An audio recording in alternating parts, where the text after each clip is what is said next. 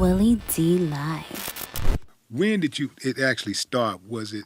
I heard, I read somewhere that you was 6 years old or something. Was No, it? I'm 14. My man who actually was the brains behind Def Comedy Jam, Bob Sumner. Shout out to Bob Sumner, Jersey. He was the one that brought it to Stan Lathan and Russell Simmons, and they put their stamp on it. Especially Russell Simmons being who he was, his name was the cachet that got it done. But yeah, Bob was the one responsible for guys like me, Bill Bellamy, Bernie Mac, rest in peace, and all the legends that came out of Def Jam. So I started when I was 14 in Jersey and New York. Did you what age were you when you first hit the stage at Def Jam Comedy? 16. Good Lord. Yeah. That's got to be a hell of a feeling to be a part of that, to know that you were a part of something that grand. Yeah. And then I did the next year. I was on Showtime at the Apollo at 17. So, yeah. Wow. How did your show? I didn't see that Showtime performance. It was great. And what was crazy was when I first came out, I think like 2 minutes into my set, they had sound issues with the mic. So I had to start over. And I knew enough to know at that age, you can't come back out here and do the same thing. When you come back out here, you got to do a whole new joke. Because if you come out there and do the same thing, it's going to be dry. It's going to be dry. They've already heard it. Right. So, even if they don't boo you, it's still bad. Yeah. And so, man, I ripped that shit. Do you remember that joke that you said, I got him? I don't. You don't remember? Don't, man. So far back, I don't. I even think I might have improvised the moment a little bit. Yeah. You ever been booed before? Never been booed, but one of the roughest shows of my life. I did the first Def Comedy Jam tour when Def Jam exploded, which was really hot. It was Bill Bellamy, Adele Givens, Bernie Mac, Reggie McFadden, and myself. And the tour ended at Madison Square Garden. And I remember, and this is why I have such a respect for rap and hip hop. I wanted to do this bit where there was, later on in my life became ridiculously famous, where I imitated the four rappers, Jay-Z, LL, Snoop, and DMX. And I remember I didn't take it seriously in the sense that I said, I'm going to just go out there, had a DJ put on a beat, and I'm going to wing it. I'm going to just try to rap off the dome. And if you're not a rapper, that's a tough skill set. So I didn't give it the respect that it deserved. And my set was already tough. But then I ended with that. And I mean, it didn't go well. And I remember that walk back from the Garden back to my hotel in Times Square. It felt like I was Will Smith in I Am Legend. There was nobody in the streets. No cars, no humans. It was just me by myself. Hold on, it felt lonely. You said a walk back from Madison Square? Yeah. To my hotel in Times Square. Madison Square? The Garden. They ended the concert at the Garden. But you're saying, oh man, I'm tripping. I'm tripping. Like I'm thinking two different places, like two different cities. Okay. Yeah, Madison Square Garden back to my hotel in Times Square. Yeah. So, but what that made me do was go, okay, for real, respect the game. And like, let me tell you something, man, I'm not a rapper, but I can rap. Meaning, if I take the time to really write and concentrate and practice, I can spit some shit. Mm-hmm. Now, here's what the difference is. A guy like you and real rappers, y'all do that in your sleep. You probably write 16 bars like it's nothing. Mm-hmm. It might take me 3 months because I'm just not a rapper. But if I get some time, a little vodka, some weed, and really take my time, I can spit some shit. Yeah. So I said I locked myself up. I really concentrated. I really put it together. Cut to, and I didn't even know this was going to happen. I was doing a gig in San Francisco, and I was at a radio station to promote the gig. And a dude just threw on the beat, and I spit what I had written. Went viral, 14 million views. And to this day, I go perform, and people are like, yo, you gonna do the rap? You'll do the shit where you did the... And I retired that bit. I don't do that no more. But yeah, when I took it seriously, it changed. But you know everybody, since you said that, you just opened up a can of worms. Everybody want to know what that rap was. I want to know what it was. You could still go on YouTube and find it. It's just it's not. At one point, What's the title? It was just Aries freestyle. Okay. And at one point, like I said, it was at 14 million, and then I think somebody pulled it. But when it got put back up, it went up to 1 million, 1.4 million. Mm-hmm. So yeah, man. Yeah. Man, how did MadTV end? Like, how did that whole not MadTV, but the actual the MadTV show, the comic show? Yeah. How did that end? What How happened? did it end? Like what happened? What brought about the end? Just it was time. The ratings. It's funny. And this is like a little proud fact. Mad TV is the only sketch comedy show to see the kind of longevity next to Saturday Night Live. Saturday Night Live has been around for 40 plus years. No other sketch show has seen more than a decade worth of airtime. Mad TV was around when it ended. It was in year 14. So from season 1 till about, I want to say 7 or 8. No, not my bad. 9 or 10. It was pretty strong. Once after about season 9 or 8, it started to just it's lost its steam.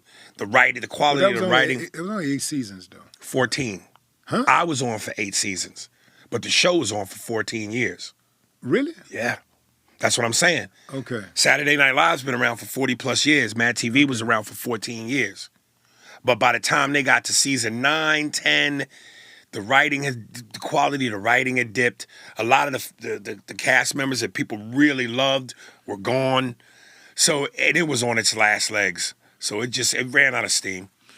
Yeah, so they didn't know how to flip them like McDonald's, because that's what Saturday Night Live has managed to do. They know how to flip. They know how to. Well, for a good amount of time, what was keeping Saturday Night Live afloat was their political sketches. Whenever they would do anything political and they would lampoon, the president or anything political, yeah, the ratings would be through the roof. The rest of it was garbage. Yeah. But their political sketches kept them afloat until they eventually got the right cast members and they got better.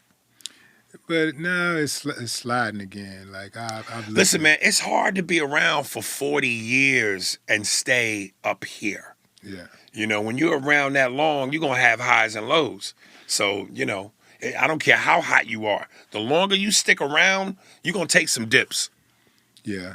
But it also helps to be the only game in town. Yeah. Yeah, because if people don't have no other options, then it is what it is. Yeah. I know people who send me Saturday Night Live clips every single week. Yeah. And some of it be straight up trash. Right. And then they have their moments, but right. A lot of it is like, there was a time when I used to get those clips and I knew I would look forward to watching the clips. Yeah. And now it's like, I don't know what I'm getting. When you think about Saturday Night Live at its most powerful moment, it was when they first started. The Jim Belushi and John Belushi, Dan Aykroyd years, Gilda Radner, Morris, what's my man, Garrett Morris. Those were its strongest years. And then, of course, Eddie was the only one on the show in the 80s. And him and Joe Piscopo that made it watchable. But Eddie basically saved SNL in the 80s. Mm-hmm. So, yeah, they've had their ebb and flows. Yeah. Yeah. Man, what is it that you like to do outside of comedy, for like fun, fulfillment? Because I know you comedy is your safe space. You love comedy. You love doing comedy. You love getting on the stage doing your thing. But what is it besides comedy that fulfills Aries Spears? I'm trying to become more financially literate and savvy. Everybody likes to make money, but the education about money isn't fun. So, I want to try to break off into some more entrepreneur type stuff, but, I want to better understand money. Yeah, I could help you with that. Well, please. Yeah. Yeah. Yeah. That's important. I'm glad you said that, man, because that's going to help somebody else. Because people will just assume that because we're making money, we know money, and we Right. understand how to make the money grow and all that kind of stuff. But Right. you really have to be educated, and somebody had to educate me, before I figured it out. Right. But you got to be willing to. Yeah. And a lot of times, people that have the information won't give it to you because they figure like you're not going to listen, or they think you got so much money, why would you listen to them? You got more money Right. than they do. Like I said, man, we all want to make money, but the education on how to do that isn't exciting. It's not fun. And we all tend to, if something ain't fun, then we lose interest. Well, it'll be fun after you. Once you start making it. Well, no, well after you. Well, we make money anyway, so that kind of even for some people they can't even imagine I'm about to say this, but for some people they may look at that and be like, well, it's kind of redundant. I mean, we look at it like it's money, money, money, money. We get dough, we get dough, we get dough. Money, money, money, get money, make money, spend money, make money, spend money. But making the money grow, that's the trick. Making your money make money. Like every dollar I look at that I make, I look at my money like workers. Your ass getting up to go to work. Right. Every dollar come in, you got to work. Right. How can I make this money make me some more money? Because that's when you're truly getting money, when the money works for you. When you ain't got to get up and go get it. Like if I decided right now I don't want to do the podcast no more. Right. If I don't want to do another record, I don't want to get on stage again, I'm set. I'm straight. I don't need it, Right. So I do this podcast for the people more than myself. Right. And, it's kind of therapeutic to an extent for me also, but I do it more so for that. But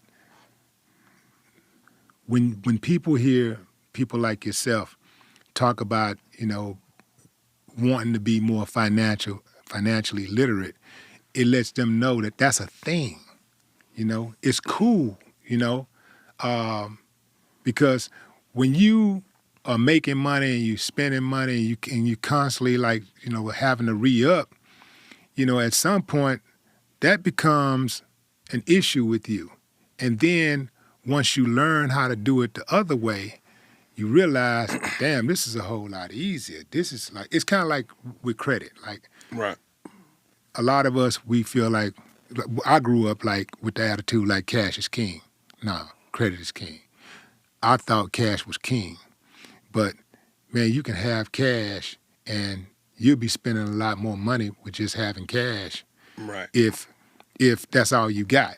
But if you got credit, you can make the credit work for you where you can get whatever you're paying for, whatever you're buying, you can buy it at a much better rate. Right.